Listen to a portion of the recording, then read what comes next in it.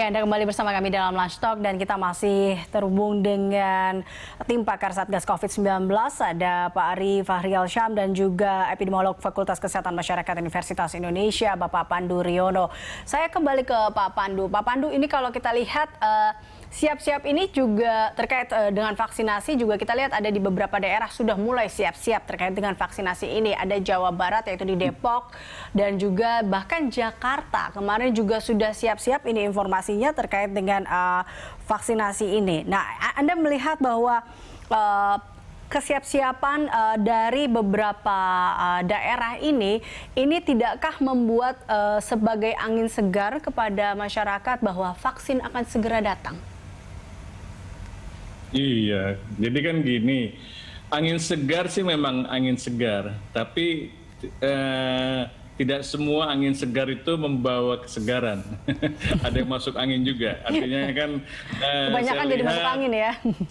Iya, jadi banyak yang minum tolak angin juga nih, jadi bingung juga nih. Jadi memang masalahnya belum jelas ya, belum jelas. Pertama, vaksin apa yang akan diberikan, ya. Kemudian tadi ada yang opsi berbayar dan opsi gratis. Jadi kan ini kalau saya sangat dari awal itu harus gratis. Ini tanggung jawab negara, ini pandemi, gitu kan.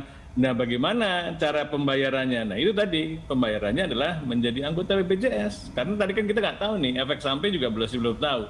Kalau mereka masuk asuransi, itu akan lebih mudah. Ya, kalau ada apa-apa, itu akan ditanggung secara nasional dengan pihak asuransi. Nah, ini menurut saya menjadi bagian dari usaha kesehatan untuk mengatasi pandemi bersama. Kalau nanti berbayar, misalnya Pak Ari kan orang dari anggota pakar tim Satgas, so, dia juga punya uang banyak gitu kan. Dia akan lebih dulu, saya pengen duluan, nah, bisa kayak gitu. Jadi nanti akan menimbulkan ketimpangan. Ya, kita nggak tahu nih, ini ketimpangan itu akan ada.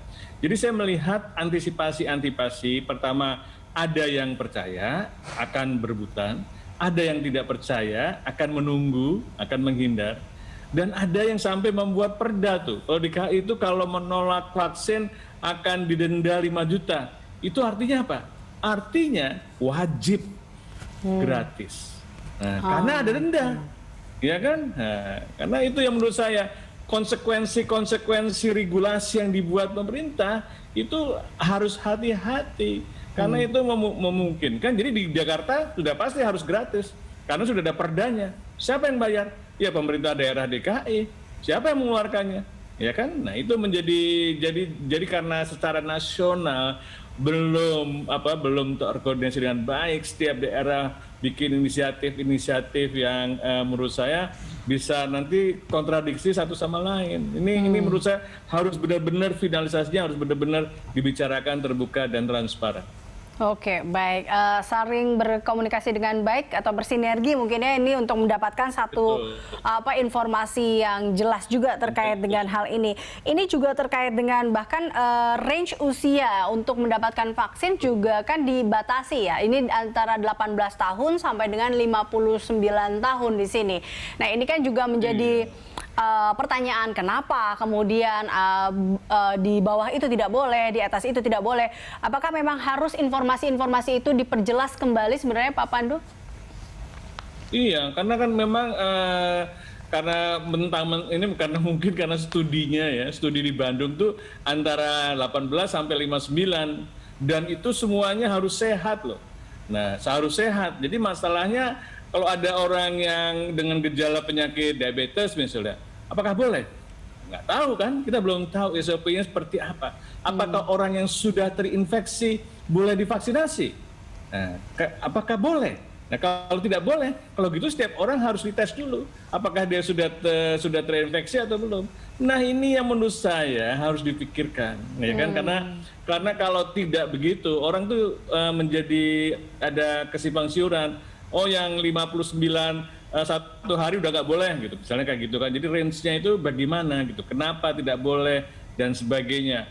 Dan yang banyak meninggal tuh yang di atas 59 loh.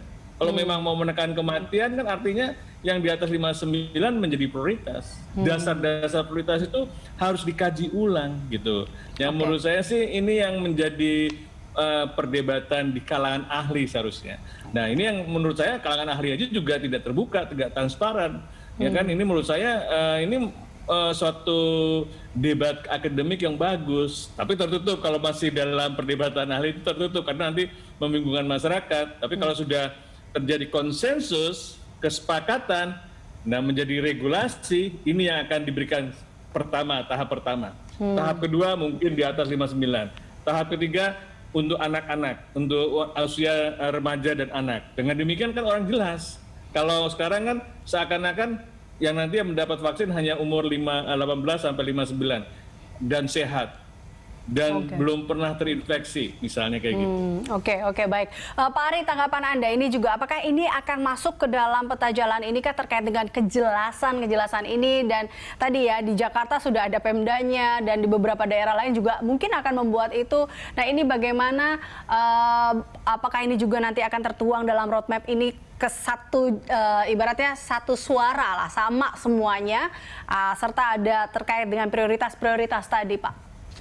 Ya, jadi betul. Jadi sebenarnya memang demikian adanya. Cuman kan terus terang saja kita bisa lihatlah banyak hal lah yang terjadi di lapangan ya, baik itu di masing-masing provinsi, kemudian juga di di kabupaten atau di kota madya begitu. Apalagi sekarang ini kan lagi eranya menuju pilkada begitu, sehingga bisa saja hal-hal ini muncul di permukaan begitu ya, dan di satu sisi ada positifnya, artinya menenangkan masyarakat. Tapi di satu sisi ada negatifnya seperti tadi, ada pertanyaan-pertanyaan yang kadang-kadang akhirnya memang sampai ke masyarakat itu menjadi masyarakat menjadi ragu dalam tanda petik gitu loh. Padahal itu kan tidak boleh terjadi ketika memang vaksin ini sudah ada di market. Oke lah, saya bilang tadi sudah lolos uji klinik tahap 3 dan juga Badan POM sudah melakukan review yang secara menyeluruh mengenai vaksin yang akan beredar ini. Kan mestinya kita semua harus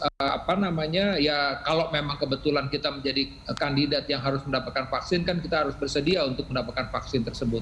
Tapi terus terang saja kami juga melihat para klinisi lah ya kebetulan yang terlibat misalnya, atau pakar-pakar vaksin yang juga terlibat, baik yang terlibat maupun tidak terlibat ya, di organisasi profesi ini terus terang masih terus menjadi pembicaraan.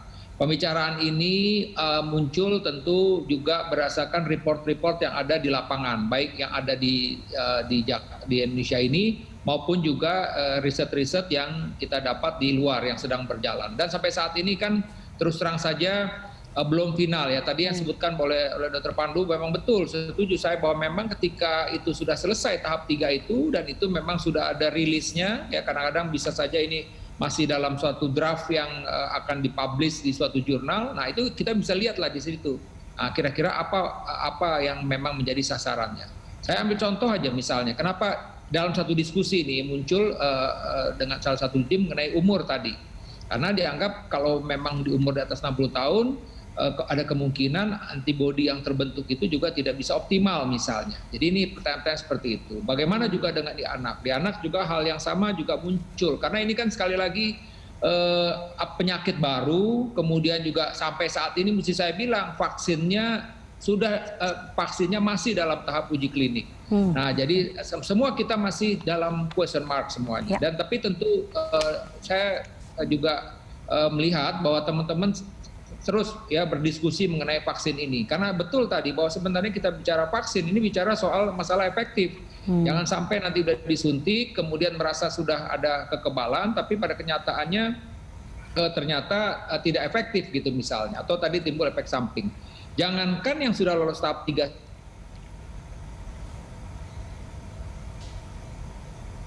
di market, sudah lolos tahap 3, kemudian sudah terdistribusi, ada vaksin, saya ambil contoh vaksin demam berdarah begitu ya, itu akhirnya menyebabkan kematian di Filipina, akhirnya direview ulang misalnya seperti itu. Jadi kalaupun nanti juga vaksin sudah ada di lapangan, itu tetap juga harus dilakukan surveillance, apakah ada timbul efek samping. Tentu ketika begitu banyak yang mendapatkan suntikan, disitulah akan muncul, bisa saja muncul efek samping yang terjadi. Jadi sekali lagi apapun yang saat ini sedang dikerjakan ini dalam rangka bagaimana cara mendistribusikan. Tapi nanti bicara soal sasaran segala macam itu betul masih menunggu bagaimana perkembangan riset-riset atau uji klinik yang sedang dilakukan bukan saja yang di Indonesia maupun juga yang di luar negeri. Dan itu menjadi tanggung jawab dari pemilik vaksin ini gitu ya. Artinya dia nanti pemilik vaksin inilah yang nanti akan mengemas ini dan informasikan kepada Badan POM atau juga FDA dari berbagai negara, karena sekali lagi ketika suatu produk ya yang baik itu bentuknya obat maupun suntikan yang akan didistribusikan kepada masyarakat tentu harus lolos FDA dari masing-masing negara. Baik. Jadi kita ada dua misalnya. Oke, baik. Pak Ari dan juga Pak Pandu, kita masih memiliki satu segmen terakhir dan pemirsa kami masih akan kembali usai jeda. Tetaplah bersama kami dalam Lunch Talk.